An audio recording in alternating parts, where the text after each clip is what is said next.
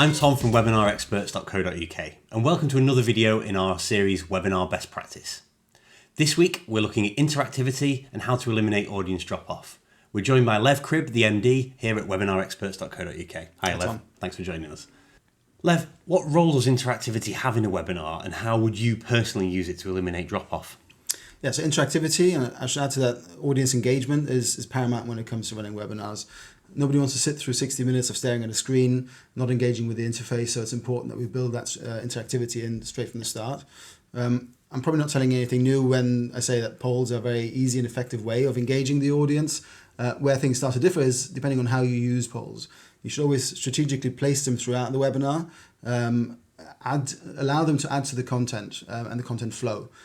If the questions are completely separate to the actual content, it starts to, again, become a distraction. So it's important that we look at that.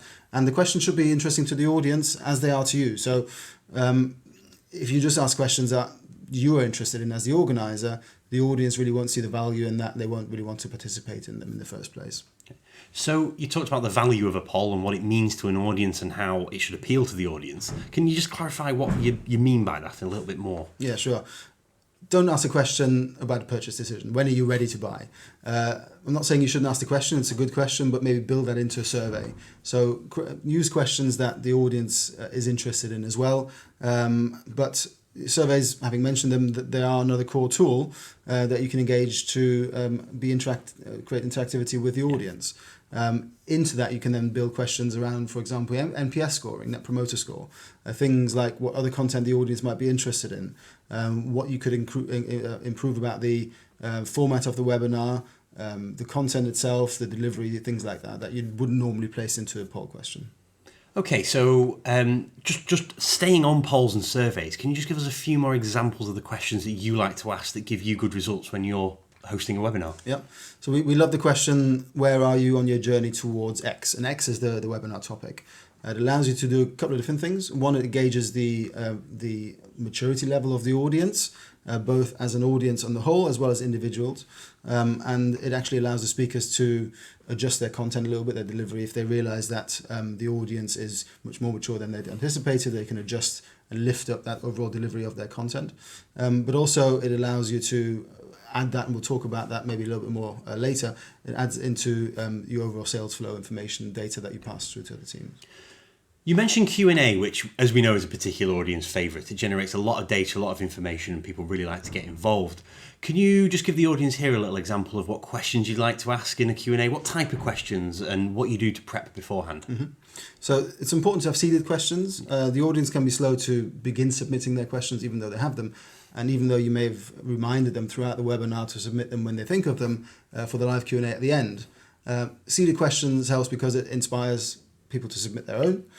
Sometimes the questions themselves inspire additional questions, and it takes away from that awkward silence when you're still waiting for that bulk of questions to come through. A lack of questions ultimately indicate either a low attendance for the webinar or perhaps a disengaged audience. Having some questions prepared, perfectly normal, and typically you'll find that more questions get submitted. The other option that you have, obviously, as well, is to ask audience members to submit their questions up front before even the live webinar itself. And that allows the speakers to prepare content according to what the audience is interested in, and helps the overall interactivity. If you have too many questions, you can then, you should certainly make sure that you follow up with each of them. That shows the audience that you care about them submitting questions, which means next time they come back, they know they will get an answer either live or as a follow-up afterwards. And you can post those questions and those answers, for example, to a blog page, your community site, and if you transcribe that, it also helps with SEO. Okay, so all this interactivity drives data. It produces a lot of data, and as you know, here at webinarexperts.co.uk, we're all about data-driven marketing. So what do you do with that data, and how do you utilise it to get the best results out of these webinars? Mm-hmm. So it's important to integrate all that data into your CRM system. So don't leave that data sitting in a webinar. By flowing it into CRM, your sales teams will be able to take a look at each individual lead, see what they asked, see what what survey questions they answered and how they answered them, and it makes for a much richer follow-up. It helps also with lead scoring, for example, and just overall profiling your audience and your audience members individually, and that's really, really important insight for your marketing and sales activity afterwards. ultimately, ad hoc webinars have limited success. So really what you want to do is take that data that you're gathering and inform your decisions on how you're going to run webinar series, for example. What content is able to produce more than just one ad hoc webinar. And what that does, again, is it will build, based on the audience's feedback, a content calendar that you have, and ultimately the audience will come back to that because that's what they asked for in the first place. So it's important that you take that data, not just for sales purposes, but also to look at how can we improve the content that we're delivering from a marketing perspective. And ultimately that creates loyalty and builds your audience overall. Brilliant. So I hope you guys out there have taken away some interesting tips and tricks and different ways to increase your audience participation in your webinars. Lev, thank you so much for joining us today. Really appreciate that. And I hope you can subscribe over on YouTube and follow us on LinkedIn and Twitter, and watch out for the next video in our webinar best practice series. Thanks so much for joining us today.